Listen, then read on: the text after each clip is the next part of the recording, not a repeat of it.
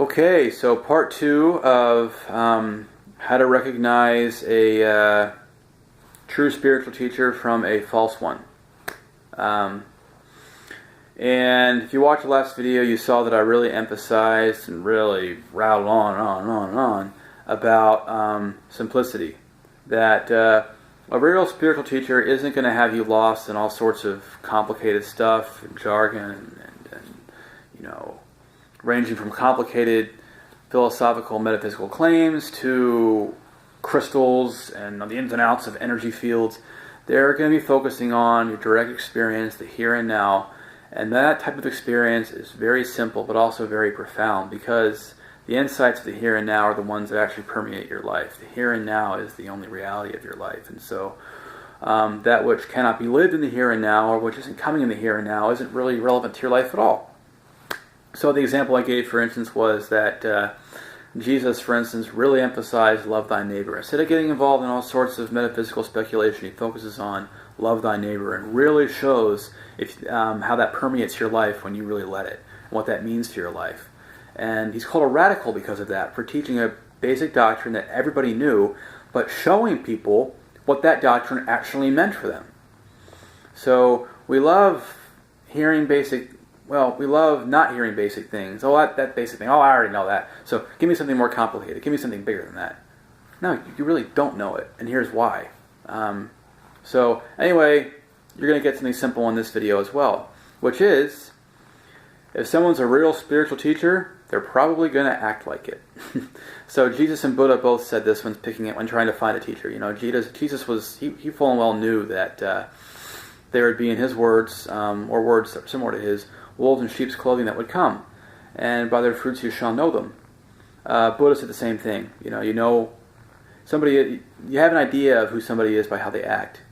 So, if you've got spiritual teachers out there teaching that human happiness is their primary interest, it's compassion that moves them to teach you, that they're beyond attachment to this world, beyond needing wealth and money and fame and glory, beyond all those things. And yet they have a lifestyle that builds all those things up.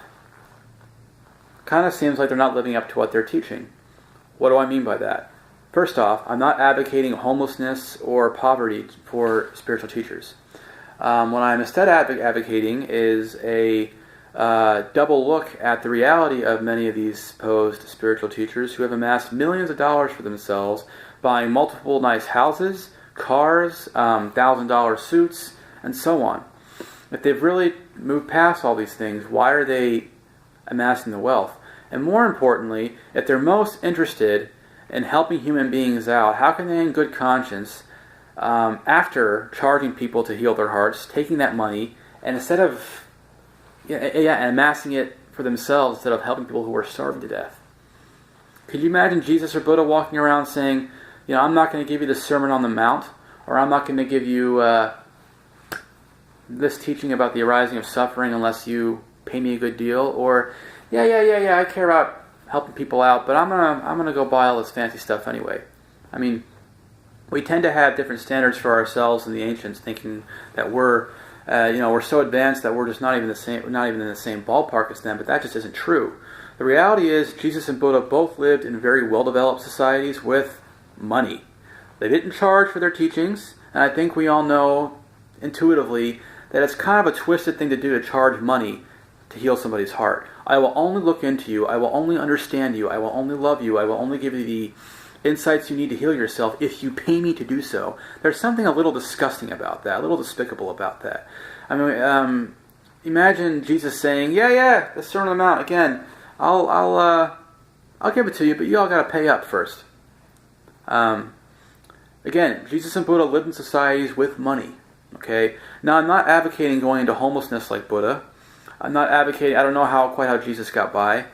So I'm not advocating poverty or homelessness, but I am trying to wake us up to a little bit of the other extreme of a real spiritual teacher is not somebody who's interested in amassing wealth. They're much more concerned with what really does bring happiness, connection to others, connection with yourself. Things like that, and money and amassing wealth isn't conducive to that. So that's my second point. It's kind of 2 points in there. One is the amassing of wealth seems to be incongruent with the teaching itself, not just because they seem to have attachment to the very thing they're claiming they've overcome, but also because they claim to have compassion for others, but for some reason feel like having an extra car is more important than helping somebody who's starving.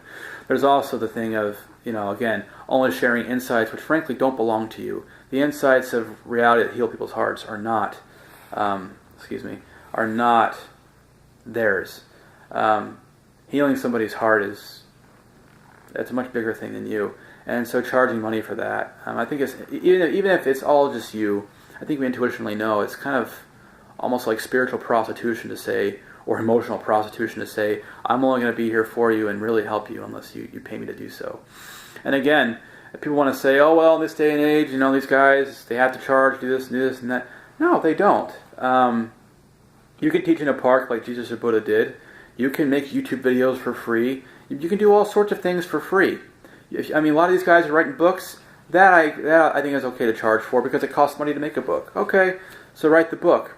After you've written the book, you're making all this money. What the hell you need to be charging people hundreds of dollars to come to your seminars for? Thousands of dollars. Tony Robbins is charging some people thousands of dollars to come to his seminars. Disgusting. To help them, to heal them. Well, and then we justify that by saying, well, you need to prove that you're serious about this. Imagine if Jesus had that, was standing out, right on the bottom of the mount where he gave the Sermon on the Mount saying, well, I want to teach you this, but I want to make sure you're serious about it. Or a guy he healed, a guy whose blindness he heals.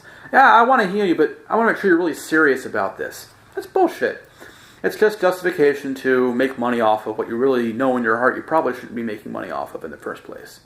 So, I don't mean to badmouth anybody, but it's important to recognize when actions are not congruent with the teaching. And, just bring up the Tony Robbins thing. He doesn't claim to be a spiritual teacher, but he does claim to be healing the human heart and that kind of thing. And again, I think we all intuitively know you probably shouldn't be charging people thousands of dollars to do that, especially when you're already a millionaire and you don't need the money. Somebody who's genuinely concerned with happiness is genuinely just concerned with happiness. They're not concerned with amassing wealth. Because amassing wealth at the expense of other people's happiness doesn't make you actually happy. You can't actually feel good about yourself when you know that people are starved to death. So, that's my part 2. There's probably going to be a part 3 right after this.